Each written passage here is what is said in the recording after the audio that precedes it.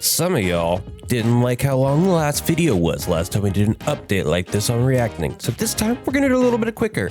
I'm gonna go through Noxia and initial thoughts and reactions and anything else that's of importance to the Guardian Tales update. I'm Gotcha Jay. This is your home for Gotcha news, analysis, and reviews. Let's go. All right. All of the fun in the world. It's my favorite part of the update. So yeah, you had to bear through it. Here we have our girl Noxia. Guardian Tales is just releasing their first Doom lolly. It is about time. It is the most trope cliche thing. And you know, if they're going to go after a lolly, as long as it's not overly sexualized and it's a Doom lolly, I'm probably okay with it.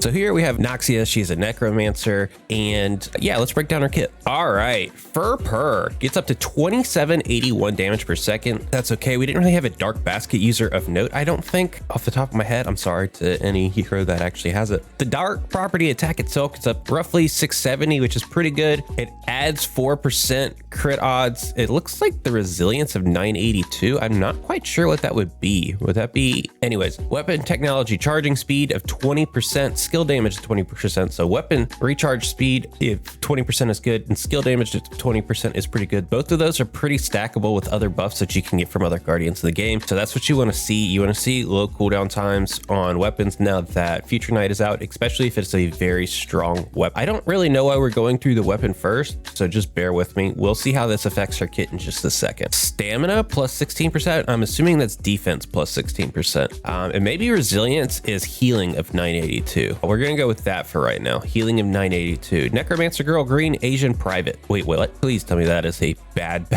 translation. Green Asian Private. No, not so talking about privates on Doom lollies. No. 140% damage per second. 40% chance of a Noxia attack hit. Deals distance damage. Dark Spirit Provocation has 100% attack per second percent. Deals as much melee damage. Deal 40% damage per second with a 40% chance of a Noxia attack hit. So maybe that's like a poison. Deals distance damage. Dark Spirit Provocation has 100% attack per second percent. Deals as much melee damage. Okay, so her and Lupina do ranged melee damage if she's using this skill, whereas before Lupina, she always does base melee. This seems like through the epic basket, it's gonna do melee damage, and then it's gonna do basically a poison of 40% per second, and then an additional 40% chance of adding another stack to do damage over time, I guess, or even further away from her. Skill weapon skill plus 3, attack plus 10%, defense plus 16%. So she has, wait, then what is stamina? Maybe stamina is HP. So HP 16%, defense plus 16%. So she's not really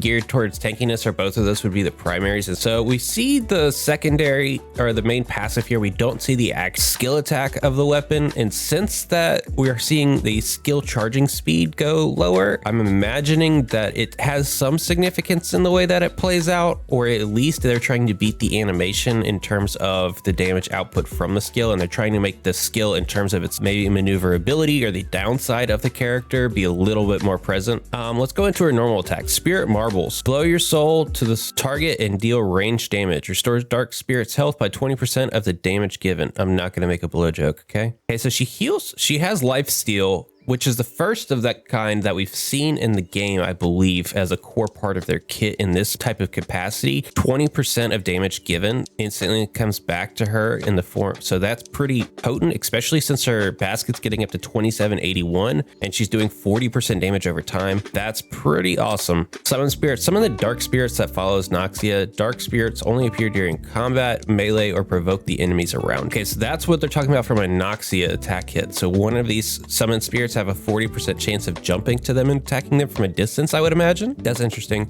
Or provoke the enemies around you. Dark spirits only appear during combat, melee, or provoke the enemies around you. So she can actually have people provoked, aka taunted, to her minions. That sounds really powerful. Linkage here is her chain skill. Many spirits has attack damage per second of 250. Okay, so if you can do 250% damage per minion that you have spawned, deals as much range damage as possible. The Dark Spirit summons status pick up as much as 250 per second for additional melee damage that you need. Okay, that's a weird translation. I'm assuming you do 250 per second for each summon that you have alive when it's done. I wonder what happens if you have 0, but there's that. And then her special Dark Dark Spirit's damage is increased by 40%, and Dark Spirit restores Noxia health by 40% of damage. She does 40% damage, and then that damage also goes to health of her summon. Wow. Okay, so overall we have a summoning necromancer that has her own lifesteal both for her and her minions, right? She does a little bit of a poison over time as well, so she has a dot heal on herself,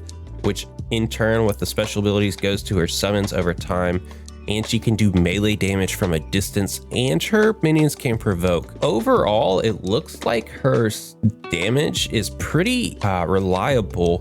We're gonna wanna see what the actual attack animation looks like to know how consistent of a damage output and the modifiers placed on this. But if you can get some really big attack builds going for her, it would be really, really strong.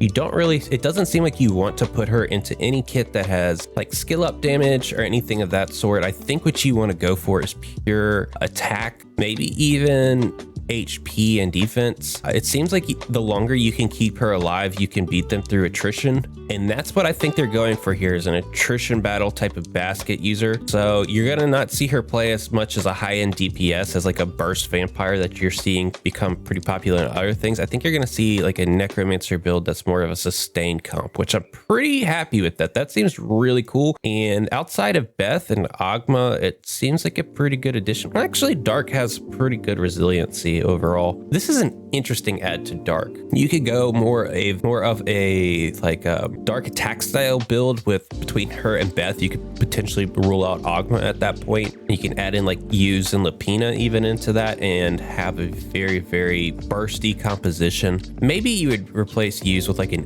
Arabelle even. That might be good. She could actually, with the provokes and the AoEs and just the amount of area that it seems like she may be able to cover, it may bring someone like Arabelle back into contention. Anyways, let's keep looking. So here we are getting new evolution stone box subdivision. It looks like we're going to be able to just get 3-star heroes out of these pools for 12 each. That's kind of expensive though, and you can do up to 5 times a day.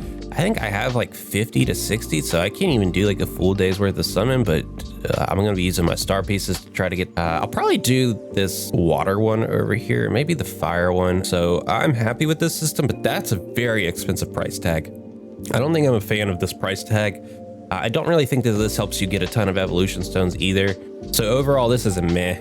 So here we're getting exclusive weapon improvements. Basic stat of heroes have been increased. So we're getting a 13 additional attack on Arabelle, which after all the scaling can turn into something like closer to 100, I believe, with her, and then crit, so she can get like 200% extra per attack there, which isn't enough, I think, to bring her relevancy. Mia at 6 is kind of stupid. She was strong enough, and 3% defense. I don't know. Maybe with the way that base, if this is level 1 attack, which I haven't checked, plus 13, I would actually make it to where she's doing like 600 to 700 damage per hit once all the way to 77 is completed and all the scaling puts into play. That's just quick maths in my head. So that could actually be pretty significant. And we just talked about earlier about how Arabelle could be useful potentially with Necromancer Noxia. So I think that this actually could be very significant. Lupina is being more of a tankier build compared to what she was before.